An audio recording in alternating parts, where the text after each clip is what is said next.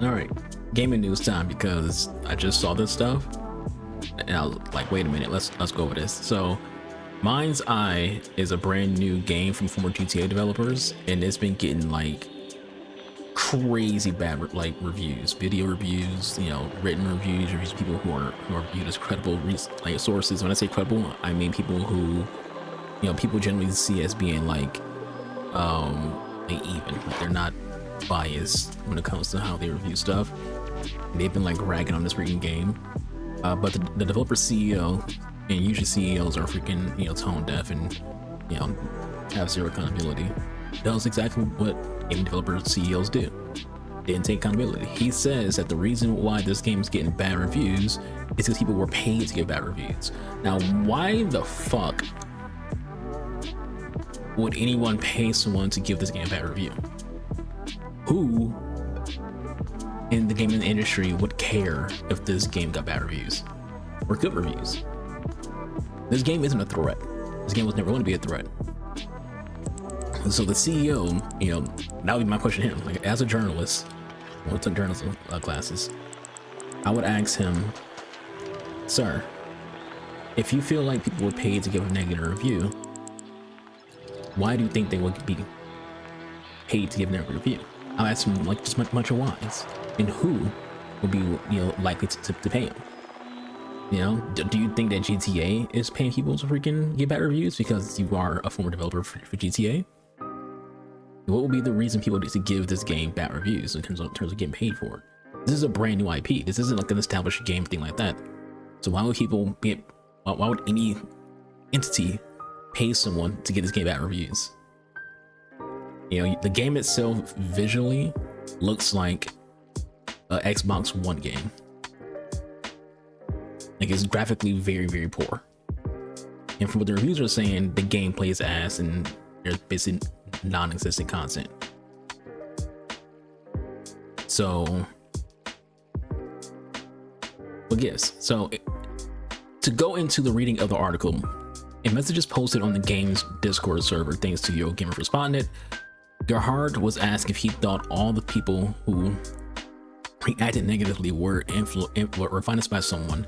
He told to that he simply said 100%. So he doesn't like actually just like straight up say people were paid. He was asked, does he think people got paid to get bad reviews, and he said 100%. So it's more or less not him directly saying it, but him basically just agreeing that it happened.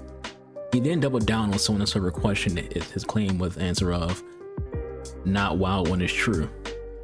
So this would apply to me that he has evidence. He has evidence that people are paying to get bad reviews. For him to say it's not wild when it's true. And he also states it doesn't take much to guess who. So again, I ask, is he implying that someone like Rockstar, the developers of GTA, are paying people to give the game bad review scores? If you want to say things like this, you have to like give evidence. You can't just be like, hey, people are paying YouTubers to give our game bad reviews, and you can take a guess on who's doing it. Provide evidence. Don't just say, you know, some people are paying to give bad reviews. Give evidence. Show some receipts, some names. You know, name drop.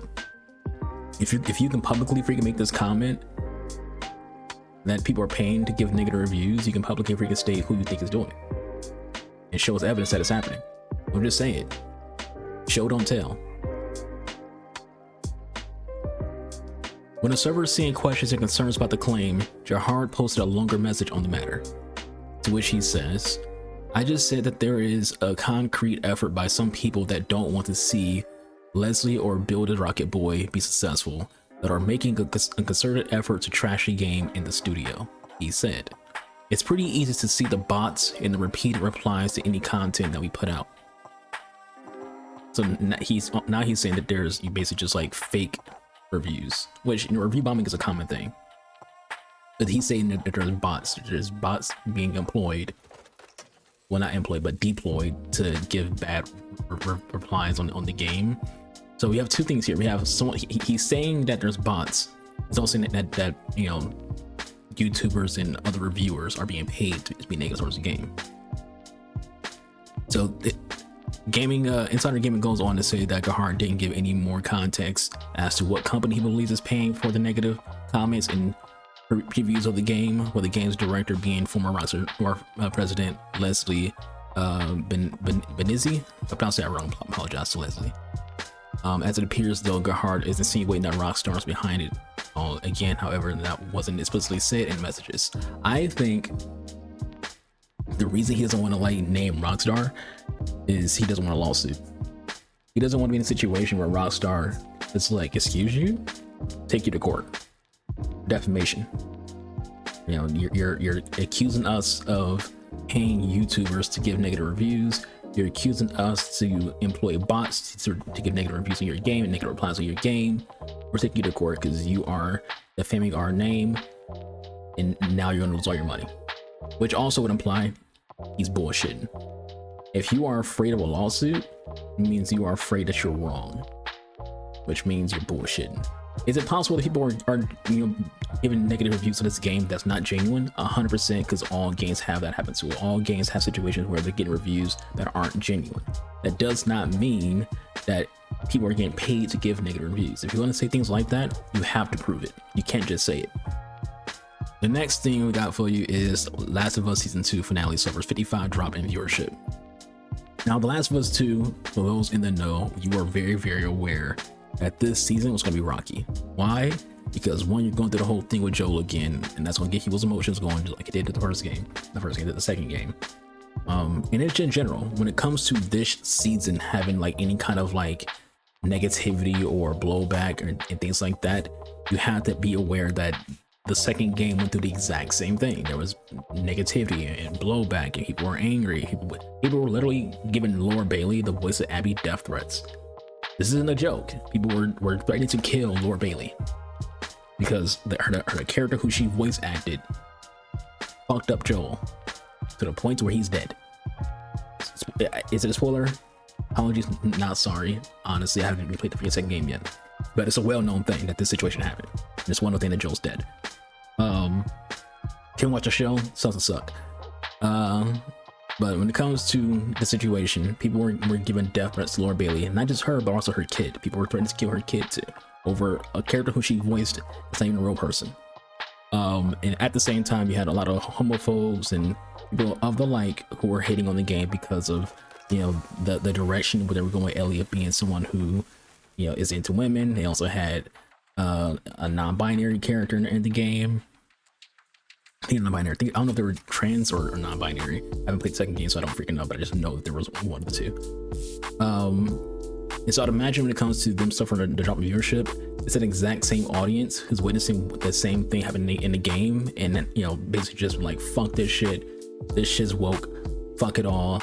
You got a chick getting freaking finger blasted. I'm out of here. But so it dropped to 55% for its viewership. So that's a gap of more than 4.5 million viewers. It's been suggested the holiday weekend could contribute to the lower viewership, and that number might pick up as the week goes on, but it could also be that the second season just didn't hit well with the viewers. Well, I haven't even watched the second season yet. I haven't played the second game yet. When I play the second game, beat the second game, which I do own it, I just haven't played it yet, then I watch the second season. So that's why I haven't seen it. It is what it is. But that's pretty much it for that. It's pretty much just like, hey, this show has losing viewers. The end. All right, the game that got my attention for us to do gaming news today was Black Panther game getting canceled. People were actually hyped for this game, looking forward to it, but EA being EA, they do the unpopular thing and they shut the game down. My question would be, did they just feel like the game likely wouldn't freaking succeed, or was it bleeding money? Like, were they getting updates from developers? Usually when it comes to like publishers and developers, publishers will, you know, contact the developers, usually like the marketing team or the executives, and be like, okay, give us some updates on the game and things like that. And then if they go, hey, we need X amount of money to continue the game, and the EA go, that's a lot of money, we can't do that, we're gonna have to cancel the game. So you gotta like wonder things like that. And at the same time, if you're Disney, you gotta think to yourself, is it even worth continue to work with EA, where it's like, all right, we gave you Star Wars and you fucked it up with Battlefront 2, which, you know, in the end did start getting like better, you know, reviews, things like that, but started off horribly. You know, you do all these other fucky things. Can we, and now you're canceling our Black Panther game. Can we even rely on you to do anything else? If I was Disney, I would not want EA to make more games. Because when it comes to like my titles, like, yeah, you're not doing anything Marvel related, fuck off.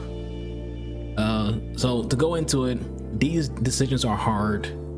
Was that the president of EA Entertainment wrote in a memo. They affect people we have worked with, learned from, and shared real moments with. We're doing everything we can to support them, including finding opportunities within EA where we've had success helping people land new roles. Basically, is hey, we fire people because they're also closing. This isn't not just a game that's being canceled. They're closing a studio. The developers who are making the game are getting shut down. So when they say the words, we're finding opportunities within EA, basically just saying, hey, people lost their job, but some people will be, you know, spread out and sent to other departments. So if they work for Cliffhanger Studios, now they work for Respawn. They work for, you know, DICE, or they work for this developer, that developer, everywhere else. But they're no longer working for Cliffhanger, which is now just shut down. Everybody else, good luck finding a job. EA, according to IGN, has declined to reveal how many people were being let go as a result of the studio closure and the game's cancellation. Valentine says that the layoffs are less than 300 cuts from April, but couldn't confirm how much less. Yes, I feel like it's not a good sign that they just want to give us like a blanket number of like, hey, it's less than 300, and that's pretty much it. It's like, oh, so it could still be freaking a shit ton. The game was first confirmed in 2023, and in my opinion, it had a lot of hype. A lot of people talking about it, a lot of people were interested in it.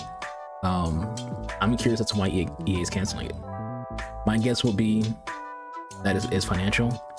Maybe their marketing team was like, hey, I don't think this game will actually succeed because superhero fatigue is a thing, which I don't think it is. I think superhero fatigue is a made up thing where, you know, the casuals are you know, moving on.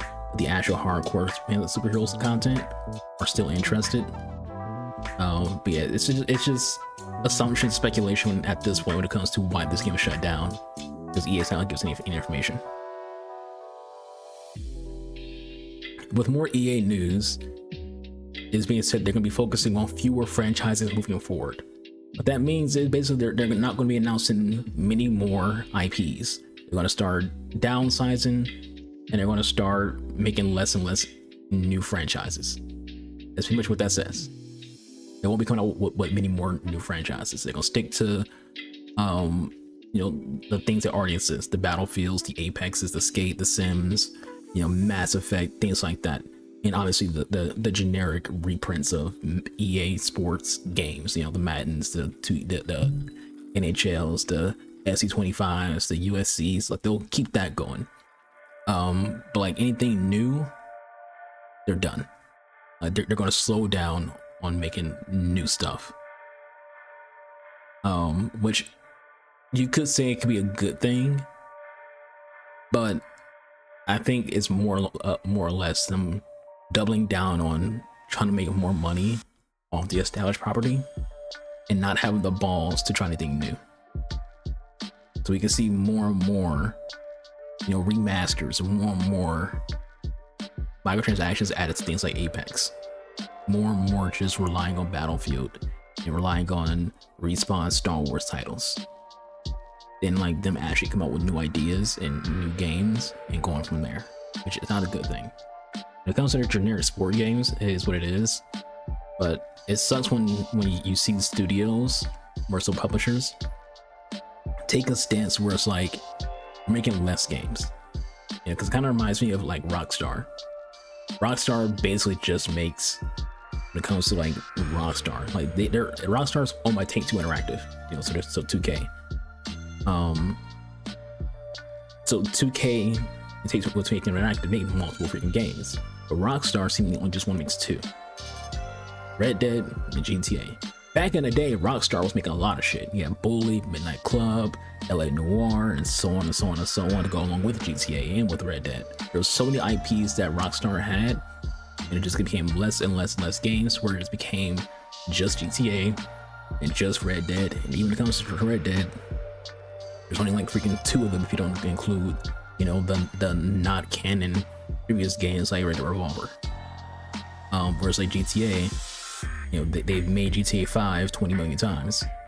So Rockstar is relying on just GTA essentially, and it sounds like EA is gonna be relying on just Battlefield, just Respawn with their games, and just Mass Effect when it comes to like the non-sport games.